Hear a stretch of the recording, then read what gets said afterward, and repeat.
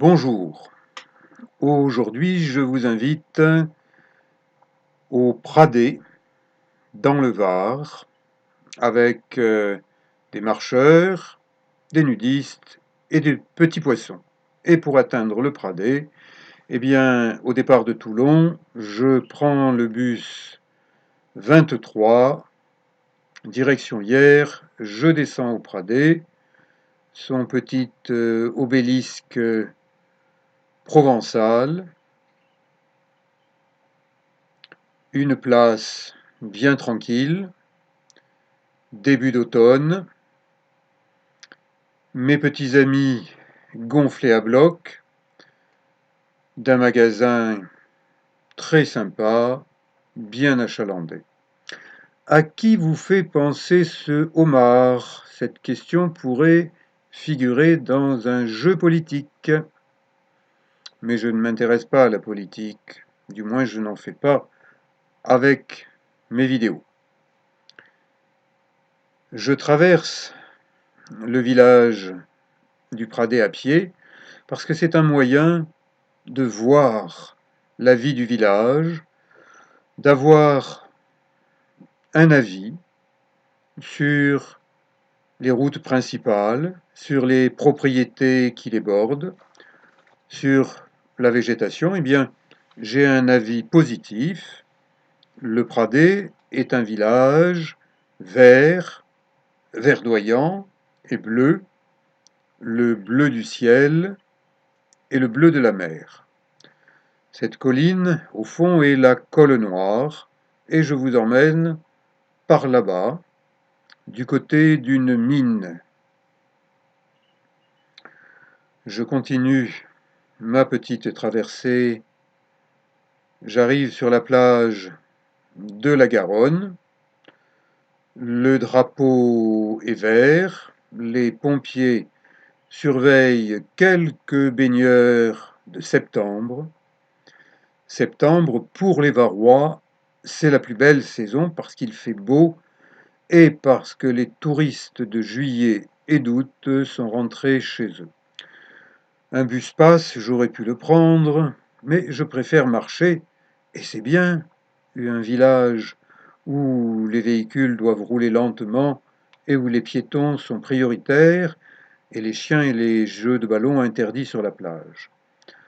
Une petite terrasse avec vue sur la mer et quelques appareils de fitness, utilisation gratuite, faites comme vous le sentez, repérez-vous sur la carte les poulpes.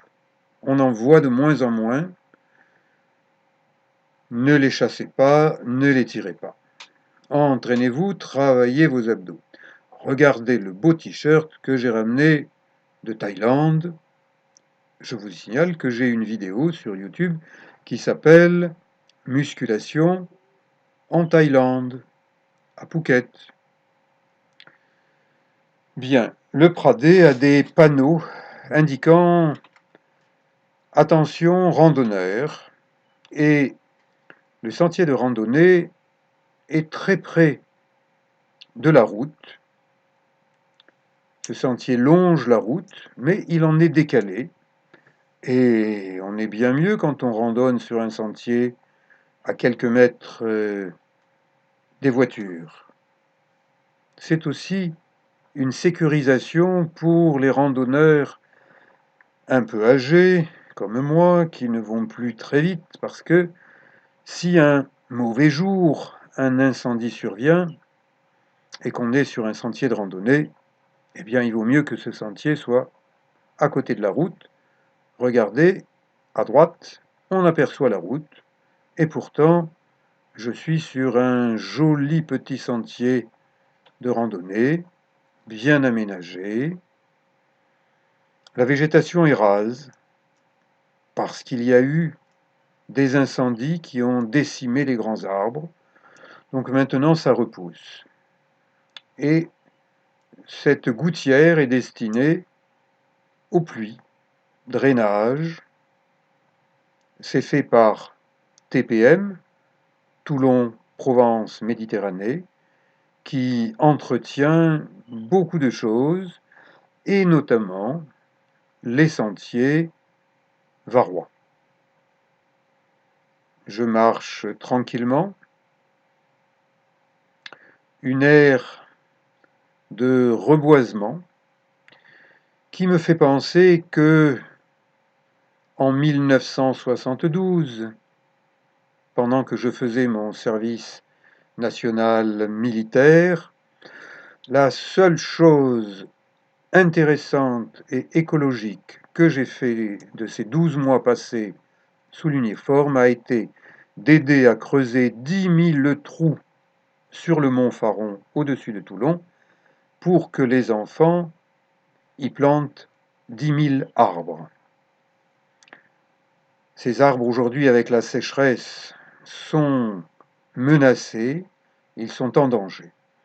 On peut descendre à la plage par cet escalier, c'est un grand escalier, mais je vous emmène un peu plus loin.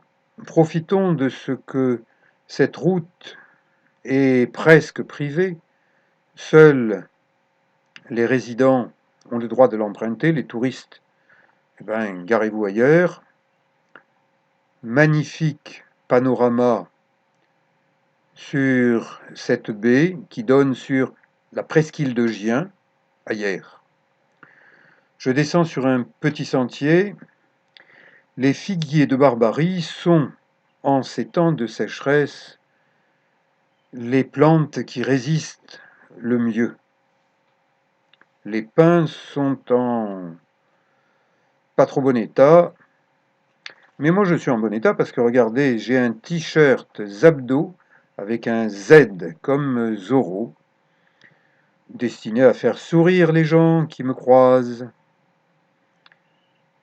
Ce sentier n'est pas exactement pour monsieur et madame tout le monde. Il est un peu étroit, il est un peu exigu, et quand on ne regarde que le bout de ses pieds, on risque quelque part d'arriver sur une voie sans issue. Ah, le paysage est joli, et le sentier, il est un peu plus loin. Donc je regarde où est le sentier, comment le rattraper. Je passe quelques tas de pierres. Il y a beaucoup de tas de pierres dans ce secteur de bord de mer. Et il y a une mine, la mine de la Garonne, du Cap Garonne, mine fermée, mais ouverte aux touristes. Donc, si vous venez du côté du Pradet, visitez la mine. Mais attention, en été, il ne fait pas plus de 13-14 degrés. Alors que là, en bord de mer, il vaut mieux enlever ses vêtements, puisque ce secteur est une zone où l'on pratique le nudisme, le naturisme. On n'est pas dérangé par les gendarmes, ni ceux de Saint-Tropez, ni ceux du Pradet. C'est un endroit tellement difficile d'accès que seuls viennent ici des gens qui ont envie de profiter de la nature, belle, au naturel, et ces gens qui aiment la nature sont des naturistes. Certains sont simplement des nudistes, c'est-à-dire qu'ils aiment être nus, et c'est un secteur de bord de mer où l'on a le plaisir d'être en tenue d'Adam ou en tenue d'Ève. J'observe le lieu où je vais me mettre à l'eau. La mer est transparente et j'aperçois un banc de sopes, ces poissons végétariens qui se nourrissent d'algues dans les posidonies, les herbiers, véritables forêts subaquatiques. Il suffit d'un masque et d'un tuba et vous partez en recherche de poissons. Vous les suivez, vous les observez. Il n'est pas besoin de vous éloigner de la côte, car si vous vous éloignez, ça sera trop profond et vous ne verrez rien d'autre que le grand bleu. Première baignade, puis je ressors, et au lieu de bronzer immobile, eh bien moi je bronze en marchant sur les rochers, car ceux-ci sont vraiment particuliers, avec des teintes de couleurs harmoniques, avec des formes. Ils ont été sculptés par Dame Nature.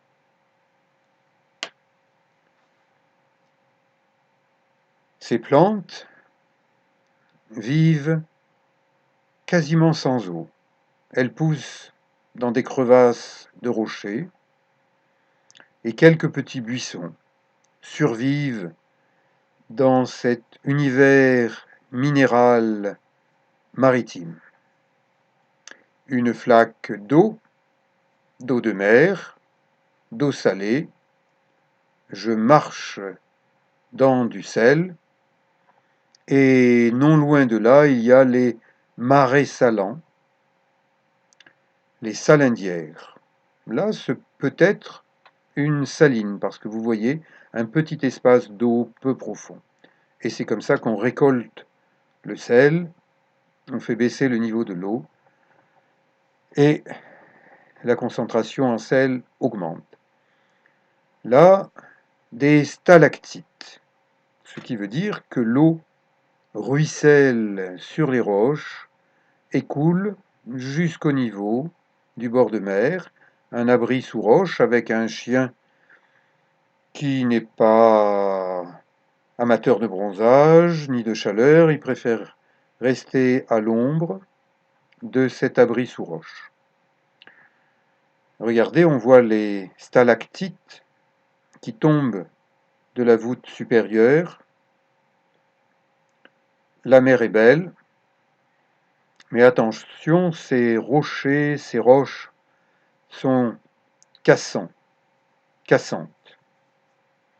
Je passe en bord de mer, creusé par les vagues.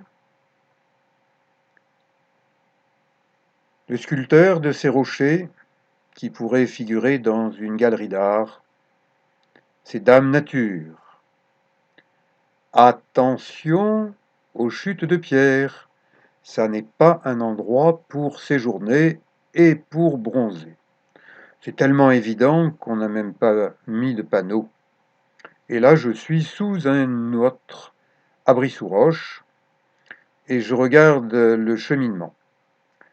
Eh bien, dans ce secteur, si vous n'avez pas une certaine capacité technique à grimper, faites demi-tour. Car ce petit passage délicat peut être dangereux. Il est déconseillé de tomber à la mer dans des rochers peu profonds avec des vagues. Et il est encore plus déconseillé de passer en haut. Je suis arrivé de l'autre côté où je voulais. Cette zone est toujours une zone naturiste. Il n'y en a pas beaucoup, mais il y en a un, Eplouf, qui barbote, et moi aussi, et un, et deux, et trois, et je saute, Eplouf moi aussi, j'ouvre des yeux tout grands parce que je suis véritablement encerclé par des petits poissons, des centaines de petits poissons. Il y a surtout des oblades, des sopes, des bogues, quelques mulets, muges, pas des gros poissons, mais vraiment beaucoup de poissons, et qui me tournent autour. Et je me demande, mais qu'est-ce qu'ils ont à me tourner autour? Ah, c'est peut-être parce que je me suis huilé avec de l'huile de coco. et qui préfèrent ça à l'ombre solaire. Mais bon, c'est une ronde de poissons importante, inhabituelle, par ici. Je filme d'une main, je photographie de l'autre, je palme du bout des pieds parce qu'aujourd'hui je n'ai pas pris mes palmes. Je filme, mais hélas, la batterie de ma caméra a décidé de faire la sieste et j'ai oublié ma batterie de remplacement. Donc pour aujourd'hui, eh bien, mon temps de tournage est limité. Je vais devoir revenir un autre jour, car vraiment, cet endroit me plaît beaucoup. Et quand je reviens le lendemain, le Mistral souffle fort. Et la mer Méditerranée n'est pas une mer tranquille. Par temps de Mistral, il y a des vagues. Sauter dans l'eau, on peut le faire. Ressortir de l'eau avec des grosses vagues qui vous jettent sur les rochers, c'est dangereux. Donc j'ai prévu des palmes, au moins. Je suis davantage maître de ma situation, de ma sécurité. Je suis un ancien maître nageur sauveteur et en tant que tel, je sais les dangers de la mer. Aujourd'hui, l'eau est un peu troublée à cause des vagues, du Mistral, et les petits poissons ne me tournent plus autour. Ils semblent un peu affolés. Je reviendrai les voir une autre fois avec une mer plus calme. Là, pour sortir de l'eau, revenir sur les rochers, il faut calculer le bon moment lorsqu'il y a moins de vagues. Les vagues, ça fonctionne par série. Il y a une série forte, une série moins forte. Mais même dans les séries moins fortes, j'ai besoin de faire très attention parce que si ces vagues me projettent dans l'entonnoir rocheux où je suis passé hier en escalade, je vais y laisser des lambeaux de peau. Donc je fais extrêmement attention et ouf, je suis sorti. L'après-midi touche à sa fin. Je remets mon t-shirt Zabdo avec un Z comme Zorro. J'enregistre quelques belles séquences photos et vidéos. Et à bientôt les petits poissons. Je reviendrai vous voir un autre jour avec moins de vent, moins de vagues, pour pouvoir faire coucou aux petits poissons. Je reprends la route en direction du Pradé, j'en ai pour plus d'une heure de marche. À nouveau, un autre panneau indiquant aux automobilistes qu'il y a des randonneurs qui sortent des pistes forestières, des pistes de randonnée et traversent la route. Le massif de la Garonne, le petit portillon aujourd'hui fermé en raison des risques d'incendie. Et je reprends un bus Mistral en direction de Toulon. Je descends au centre-ville, juste après l'autoroute, dans le secteur des universités.